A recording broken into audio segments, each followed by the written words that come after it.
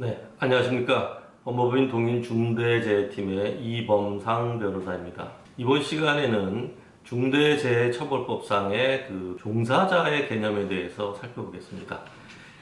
중대재해법 2조 7호에 보면 종사자에 대해서 이렇게 규정을 하고 있습니다. 종사자란 다음 강목에 해당하는 자를 말한다. 가, 근로기준법상의 근로자, 나, 도급, 용역, 위탁 등 계약의 형식에 관계없이 그 사업의 수행을 위하여 대가를 목적으로 노무를 제공하는 자. 다, 사업이 여러 차례의 도급에 따라 행해진 경우에는 각 단계의 수급인 및 수급인과 가목 또는 나목에 관계 있는 자. 이렇게 되어 있습니다.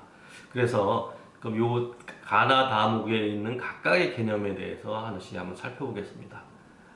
먼저 근로기준법상의 근로자라는 것은 그 직업의 종류와 관계없이 임금을 목적으로 사업이나 사업장에 근로를 제공하는 사람을 말한다라고 근로기준법 2조 1항 1호에 규정이 되어 있습니다. 그러니까 결국 근로자는 임금을 목적으로 사업장에서 일을 하는 사람을 말하는 거죠. 우리가 흔히 일용노무자들도 근로자에 해당할 것이고요. 그런데 이제 근로기준법상 근로자에 해당하는지 여부를 판단하는 것에 대해서 대법원이 판결을 선고한 게 있습니다. 2004-2978-736 그 판결인데요. 여기서 근로기준법상 근로자에 해당하는지 여부는 고용계약인지 도급계약인지 관계없이 그 실질에 있어 근로자가 사업 또는 사업장의 임금을 목적으로 종속적인 관계에서 사용자에게 근로를 제공하였는지 여부에 따라 판단하여야 한다. 이렇게 판시를 했습니다. 이게 이제 뭐냐라는 것인데요. 자, 근로기준법상의 근로자에 해당하는지 여부와 관련해서 여러 가지 요건들이 있습니다. 예를 들면 취업규칙 또는 복무규칙에 적용을 받는지, 그 다음에 사용자가 근무시간과 근무장소를 지정해서 근로자가 거기서 일을 하는지, 또는 노무제공자가 스스로 비품, 원자재 등 작업도구를 소유해서 하느냐, 아니면 자기가 독립해서 자신의 계산으로 사업을 영위하느냐, 그 다음에 노무 제공을 통한 이윤의 창출과 손실의 위험을 스스로 안고 있느냐, 보수의 성격이 근로 자체의 대상적 성격이냐, 기본급이냐, 고정급이 정해져 있느냐, 그 다음에 이런 것들이 여러 가지가 하나의 그 요소들이 됩니다. 그래서 이런 걸 보고선 종합적으로 근로자 여부를 판단해야 되는데, 그 기본급이나 고정급이 정해져 있다라고 정해져 가지고 근로소득세를 원천 징수했는지 사회보장제도에 따른 근로자로 인정받는지 등의 이런 사정들과 관련해서는 결국 사용자가 어떤 경제적 우월적인 지위를 이용해서 그걸 약간 근로자가 아닌 것처럼 보이게 할 수도 있어요. 그래서 그런 것을 너무 그것만 보고 단정적으로 해석해서는 안 된다.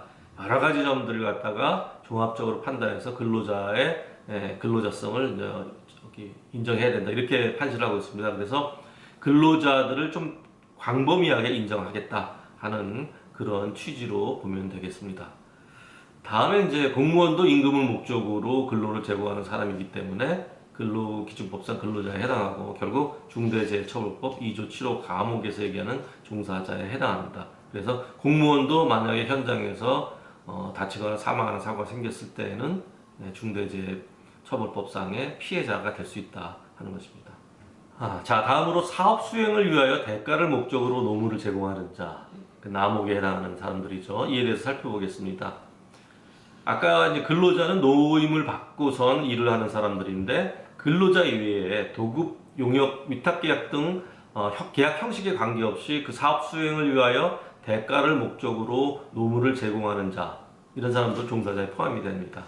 대표적인 예가 건설 현장에서는 노무도급의 형태로 작업자를 제공하는 경우, 이런 걸 말하는데, 예를 든다면은 도배 또는 무슨 페인트 작업, 도장 작업, 이런 작업을 하는 사람들을 노무도급의 형태로 일정한 사람들을 갖다가 와의 이제 계약을 체결해서 그 노무도급을 받은 수급인이 그 부분에 대한 공정에 대한 공사를 수행해 나가죠.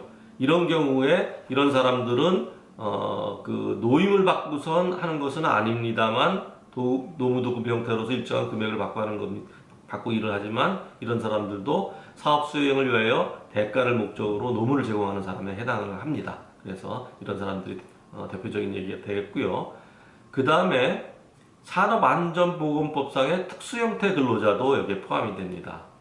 산업안전보건법 제77조에는 이제 계약의 형식에 관계없이 근로자와 유사하게 노무를 제공하여 업무상의 재해로부터 보호를 받을 필요가 있음에도 근로기준법 등이 적용되지 아니하는 사람으로서 다음 각각 요건을 모두 충족하는 사람을 말함 이렇게 되어 있습니다. 그래서 대통령령으로 정하는 직종에 해당할 것, 주로 하나의 사업에 노무를 상시적으로 제공하고 보수를 받아 생활할 것, 노무를 제공할 때 타인을 사용하지 아니할 것, 뭐 이렇게 되어 있습니다.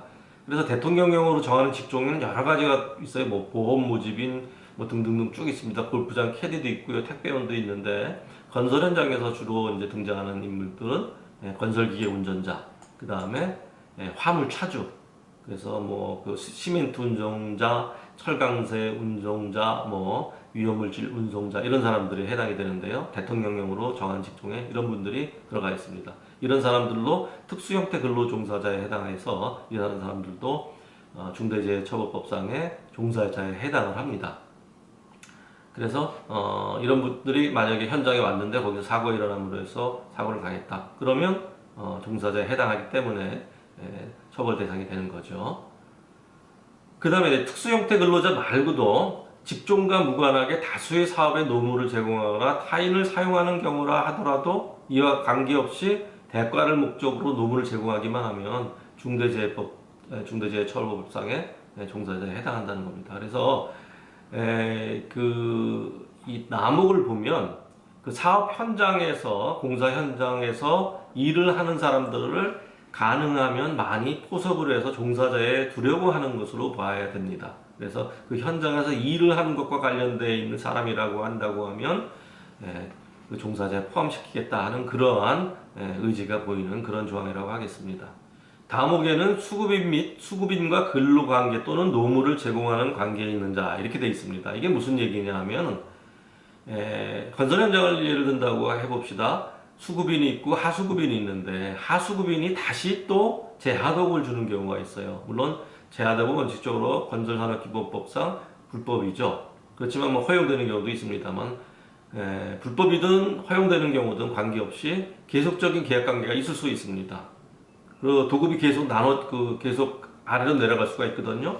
이런 경우에 그러면 사업이 여러 차례 도급에 따라 행해지는 경우에 각 단계의 수급인 및 수급인과 가목 또는 남목이 관계 있는 자라고 되어 있으니까 가목은 뭐죠? 근로자고 남목은 대가를 목적으로 노무를 제공하는 자입니다. 그러니까 하수급인과 재하도급 계약을 체결한 재하수급인의 노무자 또는 재하수급인에게 그 대가를 목적으로 노무를 제공하는 자 이런 사람들도 종사자에 포함시키겠다는 그런 내용입니다.